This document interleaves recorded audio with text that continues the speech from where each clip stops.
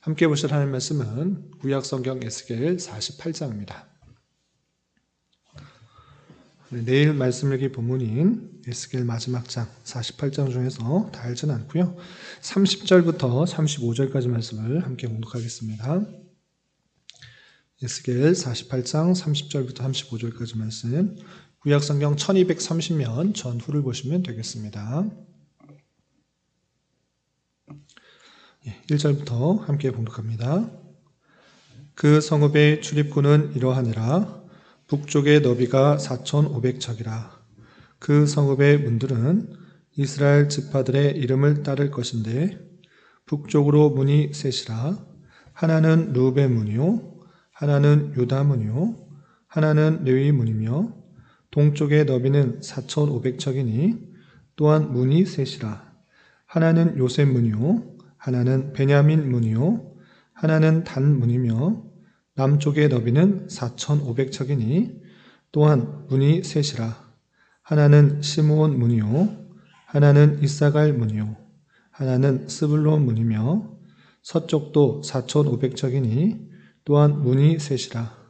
하나는 간 문이요, 하나는 아셀 문이요, 하나는 납달리 문이며 그 사방의 합계는 18,000척이라.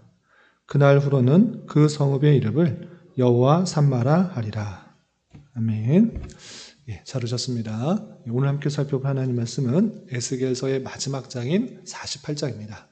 48장에는 지금 잠깐 읽은 것처럼 이스라엘 백성들이 회복되었을 때 그 땅에 어떤 식으로 그 지파들이 배치될 것이며 또 성읍들은 어떻게 될 것인지에 대한 내용들이 나오고 있습니다. 그러니까 이스라엘 백성들이 단순히 이스라엘 땅으로 돌아와서 회복되었을 때 나는 어디서 살지 모르고 또 어떻게 행동해야 될지 모르는 것이 아니라 하나님께서는 이스라엘 백성들이 회복되었을 때 성전은 어떻게 지어야 되고 또 그곳에서 어떠한 삶을 살아야 될 것이고 또 어디 땅에서 살아야 될 것인지 대단히 구체적으로 알려주고 있다는 사실들을 우리는 확인하게 됩니다.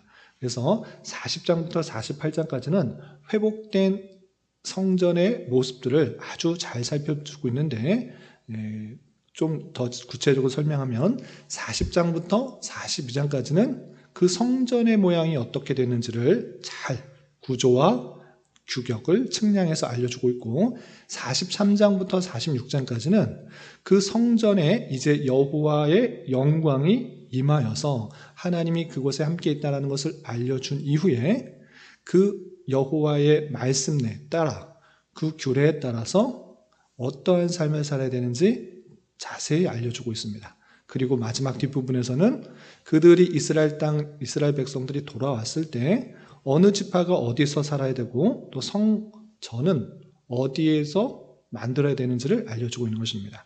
그 내용들이 있는데 오늘 함께 살펴볼 부분은 이스라엘 백성들이 땅을 어떤 식으로 분배하고 또 성전은 어디에다 두어야 되는지 또 그 문들은 어떻게 배치해야 되는지 좀 살펴보도록 하겠습니다. 여러분 교환을 살펴보시기 바랍니다. 성전의 규모와 또 규격과 그 크기들을 잘 설명한 것도 우리가 글로서는 대단히 이해하기가 힘들었는데 마찬가지로 여러분들이 47장 13절부터 48장 마지막 35절까지 나오는 땅의 분배의 내용도 그 글을 아무리 열심히 읽어도 대단히 이해하기가 어렵습니다. 그래서 제가 옆에다가 그림을 만들어 놨으니까 성경학자들이 열심히 성경을 연구해서 이런 모양이구나 라는 그 그림을 해놨으니까 그걸 염두에 두시고 말씀을 들으시면 되겠습니다. 먼저 47장 13절부터 23절까지는 이스라엘 백성들이 다시 회복하여서 이스라엘로 돌아왔을 때 포로에서 다시 되돌아왔을 때 어떻게 땅을 나눠야 되는지 그 땅의 분배와 경계에 대해서 설명하고 있는데 먼저 땅의 분배는 어떻게 되는가? 경계선대로 12지파에게 나누도록 하는데 요셉 지파에게는 2몫을 나누도록 했던 것입니다. 요셉의 2 아들 레위 지파는 땅이 기업이 없는 대신에 요셉의 2 아들이 2지파로 해서 2몫을 가지도록 된 것입니다. 그런데 이스라엘 백성들이 땅을 차지하게 된 그 모습들을 성경에서는 무엇이라고 설명하고 있는가라고 할 때 하나님께서 말씀하신 것이 성취되었다 이렇게 표현되고 있는 것입니다. 그래서 14절 전반절에 보면 옛적에 맹세하여 이 땅 열조에게 주겠다고 하였더니 실제로 주었다라고 표현하고 있는 것입니다. 그럼 열조에게 맹세하여 주겠다라고 했던 약속을 누구에게 했던 것입니까? 하나님께서 아브라함을 택하여 부르시고 그의 믿음을 보시고 약속하신 것이 있는데 그것은 무엇이냐?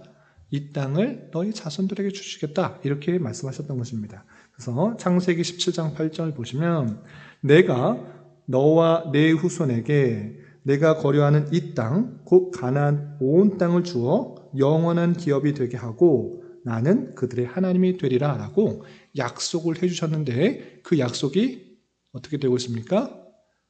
실제로 이루어지고 있다는 것을 확인하게 되는 것입니다. 그리고 48장 1절부터 29절까지는 실제로 땅이 어떻게 분배되는지를 보여주고 있는데 여호수아 때와 마찬가지로 제비를 뽑아서 주도록 하고 있는 것입니다. 그런데 제비를 뽑아서 그 순서에 따라 주는데 그 성전을 중심으로 북쪽에는 7지파 그리고 남쪽에는 5지파의 지파를 분배하도록 한 것입니다. 그래서 북쪽에는 단, 아셀, 납달리, 므낫세, 에브라임, 르우벤, 유다 이렇게 7지파의 땅이 분배가 되고 또 남쪽에는 베냐민, 시므온, 이사갈, 스불론, 갓 지파의 땅이 분배가 되는 것입니다. 그리고 그 안에 또 자세하게 구조가 나와 있는데 이것은 성경을 읽어서는 대단히 이해하기가 쉽지 않아서 제가 그림을 만들어 놨습니다. 그림을 참고해 주시기 바랍니다. 교환의 그림 보고 계시나요? 예, 그림 보시면 가장 가운데 어떤 것이 있습니까? 성전이 있습니다. 성전. 이 성전의 규격이 40장부터 42장에서도 나오지만 또 에스겔 땅을 분배하는 데서도 나옵니다. 이 성전의 크기가 500척이다 라고 되어 있습니다. 예, 가로, 세로 500척씩 되어서 이 500척이면 도대체 어느 정도 크기인가 되는가 라고 할 때 정확하게 외우시지 마시고 대략적으로 절반은 나눈 그런 규격이 된다. 미터로 바꾸면 그렇게 된다 생각하시면 되겠습니다. 500의 절반은 몇입니까? 250. 대략적으로 250 되는 성전의 규격이 있다. 이렇게 생각하시면 되겠습니다. 그리고 그것을 둘러싸서 사방으로 25,000척, 25,000척, 방향으로 그렇게 거룩한 땅을 구별하여 드리는 것입니다. 성전을 중심으로 25,000의 절반이 몇입니까? 25,000 절반 12,500m는 환산하면 몇 킬로입니까? 12.5km. 대략적으로 12.5km 되는 정사각형 모양 땅을 성전으로 중심해서 거룩하여 구별하여 드리라 이렇게 표현하고 있는 것입니다. 그런데 거기서도 그 정사각형의 그 땅을 3등분해서 또 나누도록 하는 것입니다. 그래서 제일 위쪽에는 1만 척, 그러니까 5,000m, 그러니까 5km 정도 되는 그 규격을 따라서 레위인에게 주도록 하고, 그리고 또 1만 척, 5km 되는 땅에는 사독 자손, 그러니까 제사장을 위한 땅으로 구별하도록 한 것입니다. 그러면 1만 척을 뺐으니까 총 25,000척에서 1만 척을 뺐으니까 얼마가 남습니까? 5,000척이 남는 것입니다. 그 5,000척도 3등분을 하는데 그 가운데는 성읍이 있고 양쪽에는 경작지가 있다 이렇게 되어 있습니다. 경작지는 뭐 하는 것인가?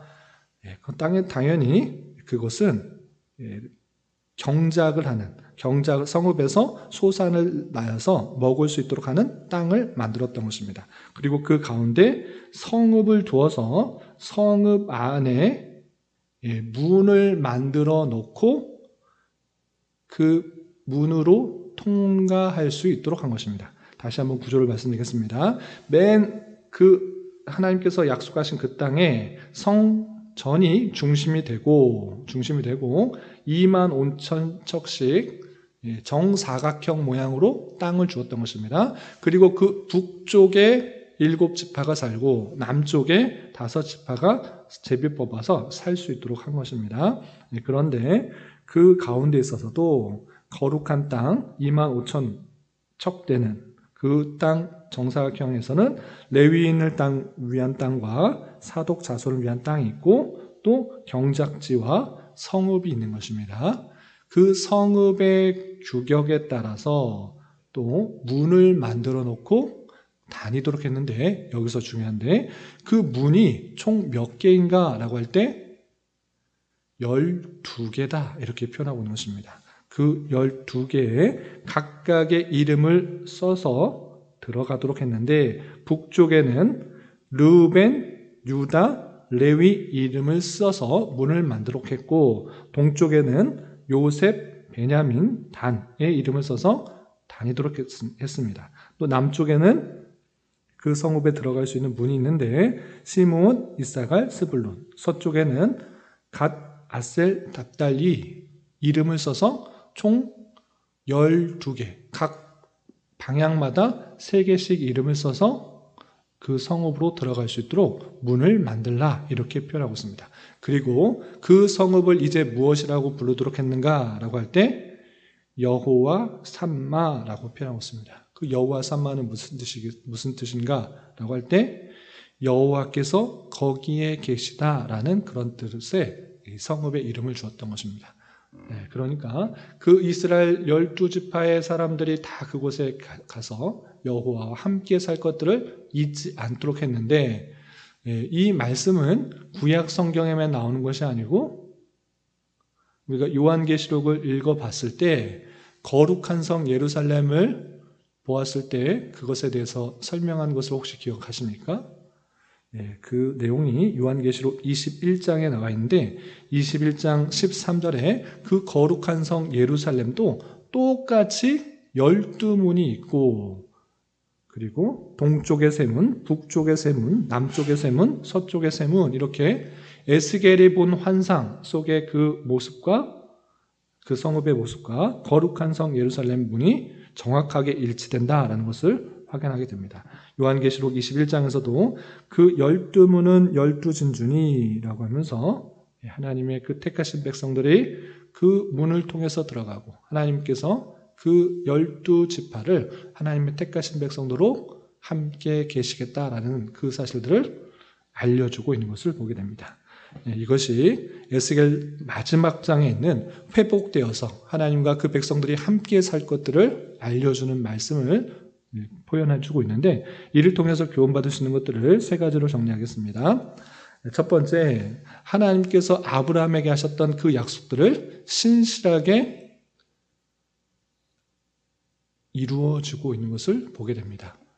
아브라함에게 했던 그 말씀, 수백 년이 지났으니까 나 모르겠다 이런 것이 아니라, 수천 년이 지났으니까 모르겠다 하는 것이 아니라 정말 그 약속의 말씀을 이루어주고 있는 것을 보게 됩니다. 이렇게 언약을 지키시는 하나님, 그 하나님을 온전히 깨달아야 될 것입니다.